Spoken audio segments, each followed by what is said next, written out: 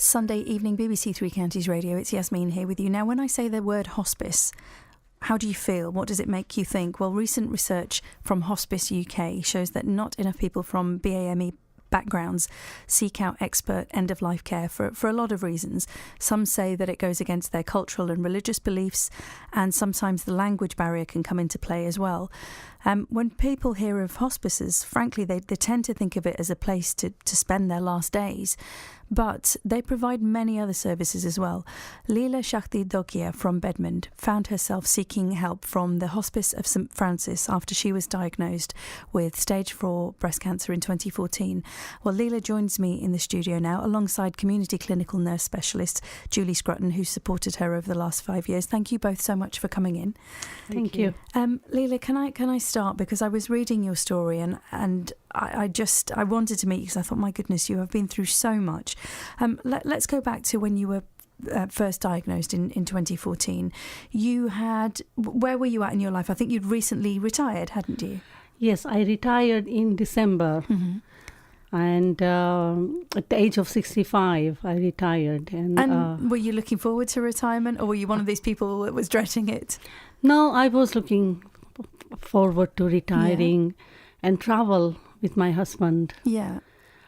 But in June, I was diagnosed. So just sort of 6 months in? Just within few months, I was diagnosed with breast cancer, and it was at the 4th stage. So that must have been terrifying immediately to hear that. And it was, yes. And you had plans, as you said, with your husband. How long had you been married? 50 years. 50 years. 50 years. So this was your time to enjoy yourselves, to relax, and suddenly you're faced with this. At that point, what was happening to you? You were getting treatment straight away? You had friends and family to support? What stage were you at with all of that? As soon as I was diagnosed, the whole treatment started, because doctors knew immediately that I was on the 4th stage. And the hospital appointments, sometimes 3-4 appointments in a day, followed by chemotherapy, radiotherapy, and then lumpectomy, 2 surgeries, all that followed. Our friends and families were there, definitely. Yeah. My husband was the great support. And life became about your illness, didn't it? Yes, everything revolved around my illness at that time. And so you were dealing with all of this, but only 2 months after your own diagnosis. Tell me what happened. After 2 months, when I was diagnosed, actually, we went to my family's house, my husband's family, and we got everybody together. We didn't want them to hear like Chinese whispers, so we went and told them.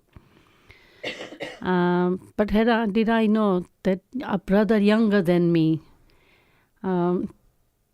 within 2 months, he was diagnosed with lungs and liver cancer. So your younger brother? My younger brother, maybe a year and a half younger than me. So just 2 months into you being ill, yes. He had fallen ill. Yes. And what was his prognosis at the time? What stage was he at?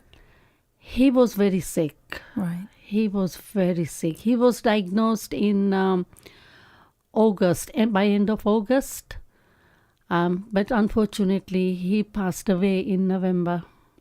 So all of that was very fast. Yes, and I couldn't go to see him because I was not allowed to go to the hospital. I was going through my chemotherapy. And on the day that he passed away, they said that he's not going to make it. So my husband, my children, they went. I did phone the hospital to say that I would like to go and meet him. But I had my chemo just few days before, and they strongly recommended that I shouldn't go because I would put my life in danger. My immune system was not good. Yeah. So, yes, that I never met him.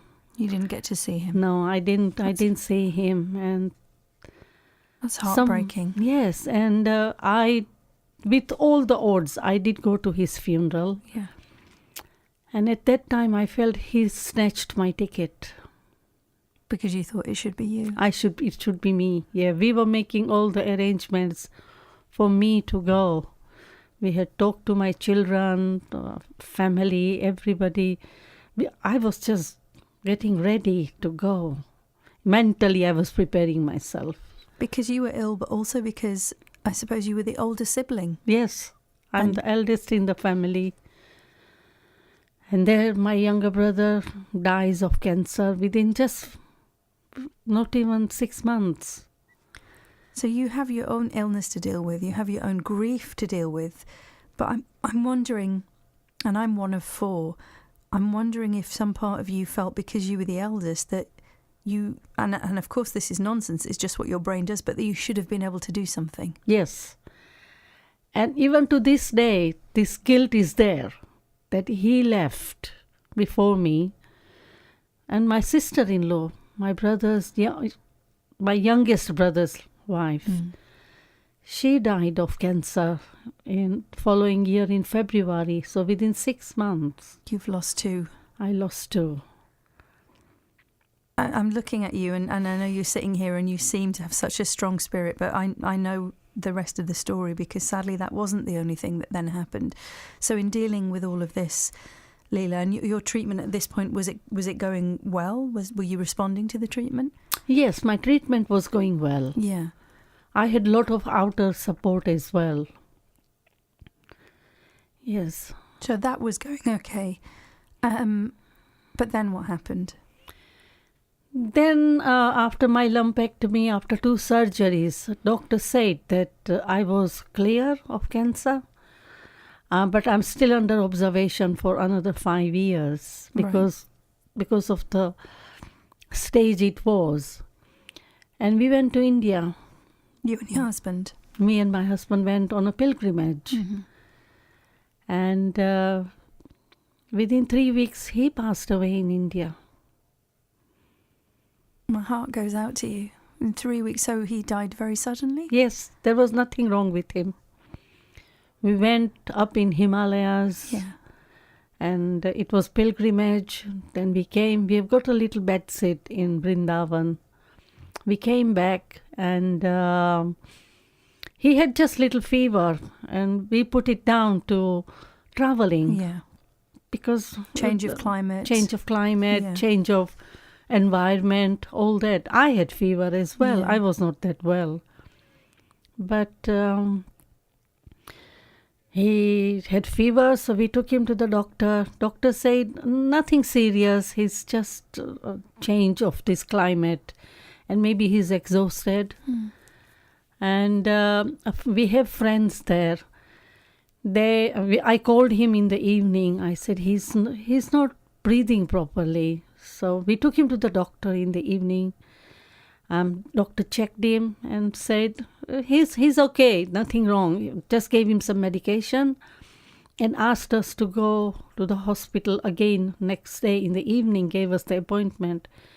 But he got up in the night. He got up at about 5 o'clock and he said, make some tea. Let's have some tea. So while we were having tea, he said, look, I'm finding it very difficult to breathe. Can you please call this friend Gaurav? So I phoned him and he came in his pajamas, bless him. We took him to the hospital and by the time we reached hospital, it was 8 o'clock. And 11 o'clock he passed away. So, do you know what had been wrong with him? He just had a heart attack and passed away. There was absolutely nothing wrong with him. Yeah. I mean, they had to have some sort of meaning why he passed away. And this was not that long after your own illness and having lost your brother, then your sister-in-law, and then all of this happened in what, a year? In 1 year. In 1 year. Yes. So then you come home. I come home on my own. You come home a widow, and after going on a pilgrimage, something presumably you'd been looking forward to. Yes. After everything you've been through, and the impact that had on you at home. I'm guessing home, your house, didn't feel like home anymore. No, it still doesn't feel like home. No. My children came. My children came to India. They all of them came. Mm-hmm. But giving them the news over the phone that Papa is no more, the hardest thing I did ever in my life, because all my children were here. Yeah. And I can't even imagine what they went through. I was on my own there, but they saw us going well together and coming back home. I couldn't open the door. I couldn't open my front door. And when was it that you reached out and asked for help? Because you've gone through so much. Yes. And I mentioned the word hospice right at the start of this. But the thing is, whether it's hospice, whether it's... I know in the South Asian community, asking for any kind of outside help is a big deal. It's a big deal. It would come across that we don't have enough faith or trust in the family members, which is not true. You do trust them. But family all are going through certain emotions with you. When I was having my chemotherapy, a nurse who used to come and change my dressing, she referred me to the hospice. And I started going there. My husband used to take me there. Mm-hmm. But he never came in the building because the hospice name is end of life care. Yeah. And it's frightening. It's frightening. He was really anxious, very, very stressed. Fortunately for me, the hospice staff were there. So I felt supported. But now when I look back, my husband was not supported because he didn't ask for help. Yeah. As someone who was married to someone going through... Yes.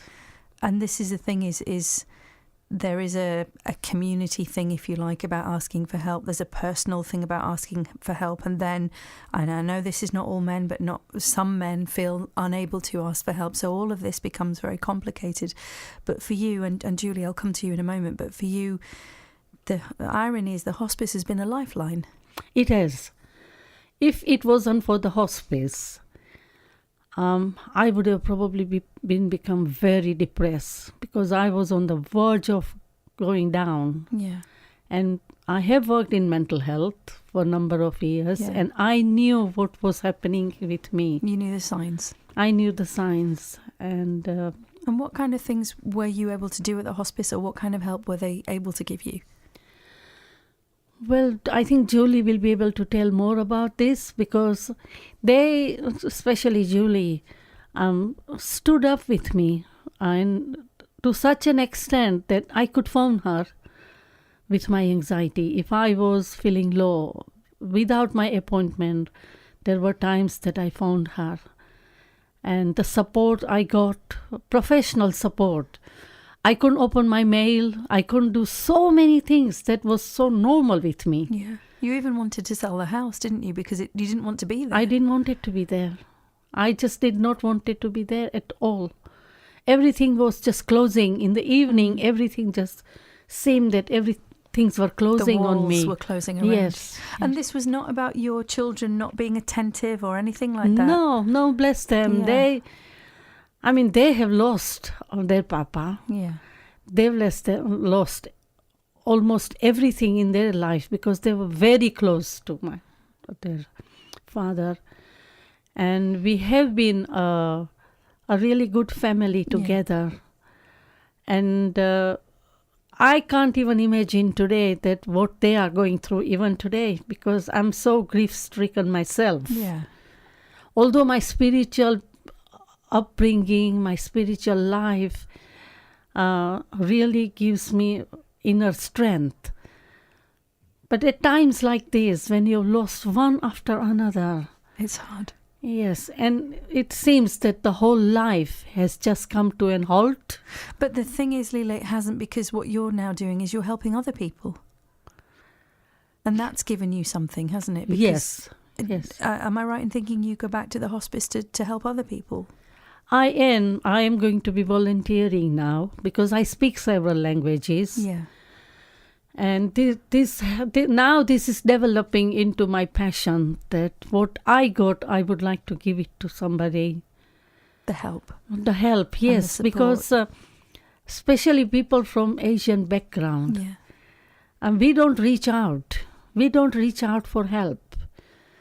And it becomes almost embarrassing to ask for help. That means you're a failure. Or it means that your family are a failure because you're Yeah. having to ask for help. And I wish we could dispel this nonsense, because that's what it is nonsense.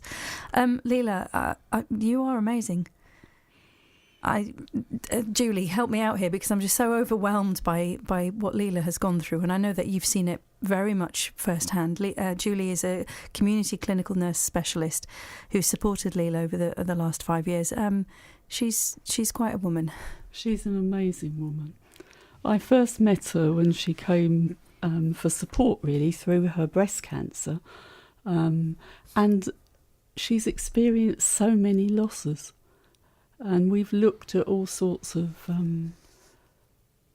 reasons, tried to make sense of this, and sometimes it isn't possible to find a reason. But Lila's certainly come through this tremendously, and she's in a lot stronger place now, I would say, than when we first met. You know, I was thinking about the word, the word hospice. I had a friend, it must be, you feel like it was yesterday, but actually I counted up and it was 8 years ago. And I remember going into the hospice. She was at the last stage of her life.